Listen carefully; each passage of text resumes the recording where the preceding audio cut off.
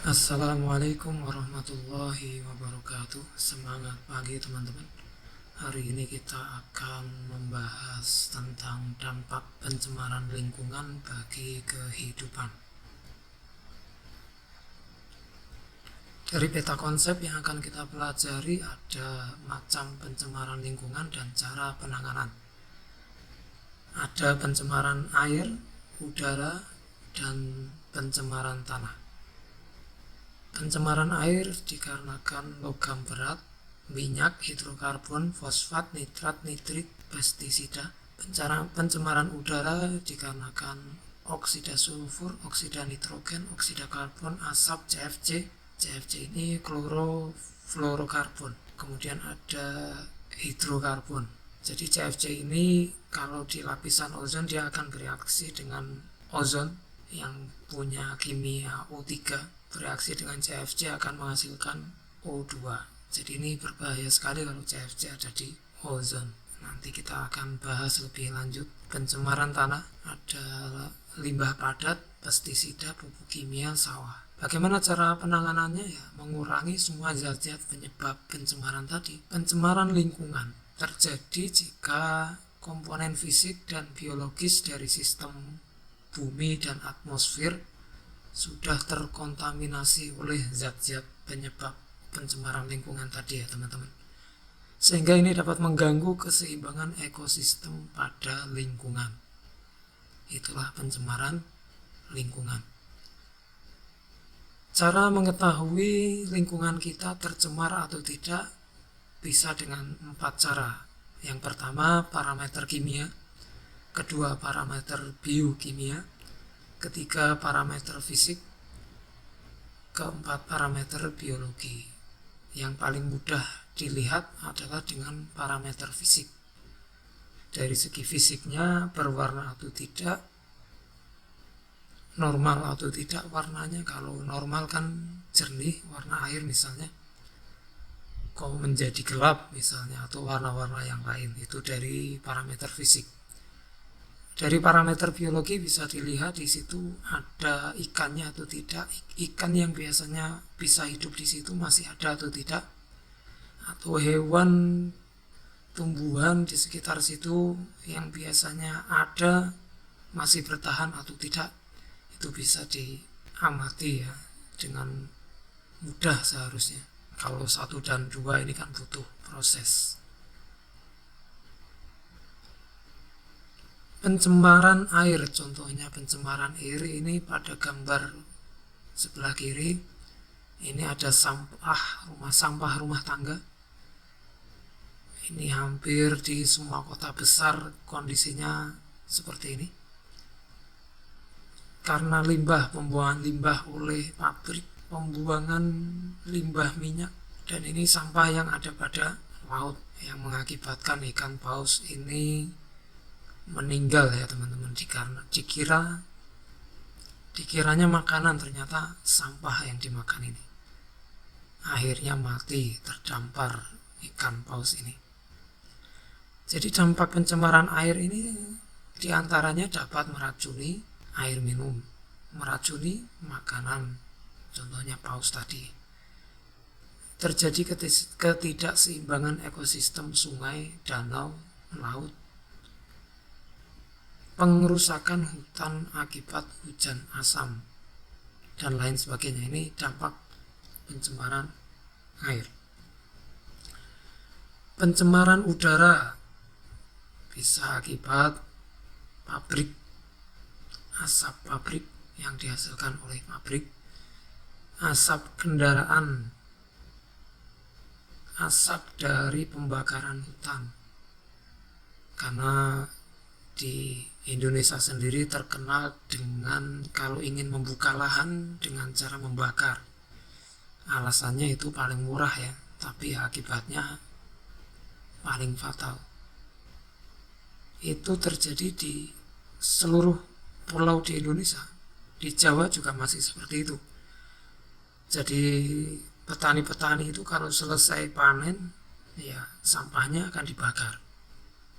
Padahal itu pencemaran dan membahayakan ya teman-teman. Sampah juga begitu di Indonesia itu. Sampah entah itu di desa, di rumah tangga, entah itu di kota, ya cuma dibakar. Caranya dibakar. Nah, alasannya paling praktis tentu saja. Tapi akibatnya fatal ini. Contoh pencemaran udara adalah pembakaran hutan, pembakaran sampah.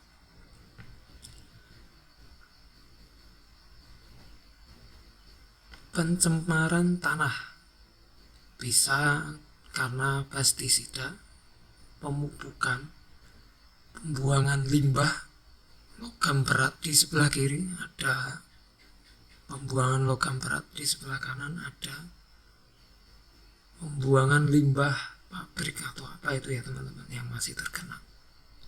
Karena dilihat dari warnanya itu warna limbah. Ini membuat tanah menjadi tidak subur dan tidak mudah untuk ditanami lagi. Kalau pada kasusnya petani ini ya produktivitasnya menurun karena tanahnya kemampuannya menurun untuk mampu menopang sumber hidup padi menjadi tidak produktif karena tanahnya tidak subur lagi kena pestisida dan pupuk pemupukan yang tidak alami. Itu akibatnya. Bagaimana cara mencegah terjadinya pencemaran lingkungan? Prinsipnya ada 3 cara pencegahan pencemaran lingkungan. Prinsipnya adalah reduce, pengurangan, reuse, memakai kembali, recycle, daur ulang. Nah, ini contoh reduce, ya, ini pengurangan plastik, pengurangan penggunaan plastik. Caranya bagaimana pengurangan penggunaan plastik? Langkah pertama, harus kita ketahui bahwa sampah yang kita buang itu bisa membahayakan kehidupan kura-kura. 1. Kedua, bersihkan taman, sungai, dan pantai bersama teman-teman. Ketiga, sediakan tempat minum yang bukan berbahan plastik. Bisa digunakan berulang-ulang, bukan sekali pakai. 4. Gunakan alat makan yang bisa dipakai berulang-ulang. Tentu bahannya bukan plastik. Kelima, kurangi penggunaan plastik untuk minum kopi dan teh di kantor. 6. Gunakan Tupperware sebagai alat persediaan makan dan minum. 7. Meminta teman dan tim untuk mencari ide bagaimana caranya mengurangi plastik di lingkungan kita. 8. Minta supplier untuk tidak menggunakan plastik dalam pengemasan barang-barang yang kita minta. 9. Bagikan ke teman-teman kisah-kisah sukses kalian dalam pengurangan penggunaan plastik. Itu kira-kira sedikit cara bagaimana mengurangi penggunaan plastik. Tentu masih banyak cara yang lain ya teman-teman. Ini adalah prinsip reduce, yaitu mengurangi. Prinsip kedua tadi adalah reuse. Reuse itu memakai kembali. Contohnya botol-botol aqua yang banyak itu daripada dibuang, bisa kita pakai kembali untuk taman-taman mini di sekitar kita, di lingkungan kita, bisa lingkungan sekolah atau lingkungan rumah atau lingkungan tempat tinggal. Bisa juga dari bekas ban, ini juga bisa digunakan untuk membuat taman-taman mini. Ini adalah proses reuse. Prinsip yang ketiga, kalau sudah langkah pertama dan kedua sudah dilakukan, maka langkah ketiga adalah recycle. Dengan menggunakan alat yang canggih, kita recycle plastik-plastik itu agar bisa digunakan lagi. Saya tidak tahu ini di Indonesia sudah ada atau belum alat secanggih ini ya teman-teman. Kalau dilihat dari gambarnya tentu ini ada di luar negeri. Itu prinsipnya. Bagaimana caranya? Ada cara administratif, ada cara teknologi, dan ada cara edukatif. Administrasi tentu saja yang paling efektif adalah dari kebijakan pemerintah pusat sampai pemerintah daerah. Teknologi seperti tadi, ada teknologi-teknologi yang dikembangkan untuk bisa mendaur ulang sampah-sampah yang dihasilkan oleh manusia, entah sampah udara, entah sampah air, entah sampah padatan ya. Edukatif, nah ini penting sekali, ini entah di Indonesia sudah dilakukan atau belum ini edukatif ini, karena kalau di Jepang itu edukatif sudah dilakukan sejak dini. Jadi sejak mereka memasuki sekolah TK sampai SD itu mereka akan terus melakukan edukatif kebersihan lingkungan dari TK sampai selesai SD. Mereka akan dibiasakan bagaimana hidup bersih. Itu yang harus kita contoh kalau ingin Indonesia juga bersih ya teman-teman. Cara real kita menangani pencemaran lingkungan, misalnya pencemaran air, yang bisa kita lakukan dari diri kita sendiri. 1. Kurangi penggunaan plastik dan daur ulang plastik yang sudah digunakan, seperti langkah-langkah prinsip reduce, reuse, dan recycle tadi ya teman-teman. 2. Atur pembuangan sisa cairan pembersih kimia, minyak, dan bahan yang sulit terurai. 3. Rawat mobil agar oli tidak mudah bocor. 4. Hindari penggunaan pestisida dan herbisida. 5. Jika memelihara hewan, pastikan kotorannya tidak mencemari lingkungan. Itu kira-kira yang bisa kita lakukan dalam lingkup kecil. Dalam lingkup besar, langkah pertama ada izin lingkungan. 2. Izin pembuangan air dan limbah. Jadi pembuangan air limbah atau dikenal juga izin pembuangan limbah cair IPLC.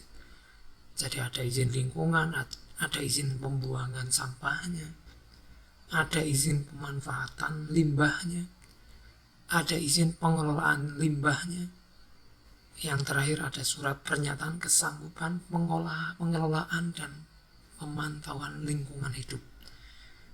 Paling tidak 5 ini sudah dikantongi oleh perusahaan-perusahaan yang akan melakukan aktivitas yang ada kecenderungan dalam menghasilkan limbah ya teman-teman.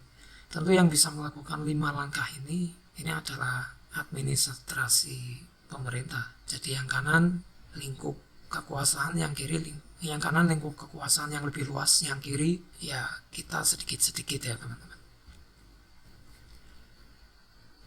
Ada infografis. Nah ini informasi dunia tentang lingkungan di dunia, bahwa polusi air itu, air di sini maksudnya polusi udara ya teman-teman. Polusi udara 87% terjadi di dunia. Sampah 31% terjadi di dunia. Dan cara mengatasinya untuk mengurangi pencemaran lingkungan, transportasi ramah lingkungan, bisa dari motor listrik, mobil listrik, atau sepeda. Ini baru 35% perannya, dan ini harus terus ditingkatkan. Meskipun sudah bagus ya 35% ya teman-teman. Jadi kalau kita menggunakan sepeda dan alat-alat yang tidak menghasilkan pembakaran pencemaran lingkungan, itu kita sudah 35% memberi sumbangan dalam menyelamatkan bumi. Bisa juga dengan sumber alternatif, bisa matahari. Jadi tenaga alternatif bisa dari matahari, tenaga surya, udara, dan lain-lain. Ini sudah menyumbang 48% dalam menyelamatkan bumi.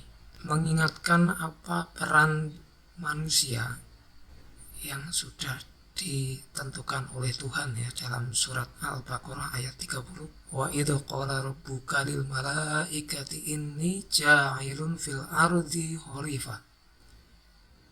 Sesungguhnya Allah hendak menjadikan seorang khalifah di muka bumi.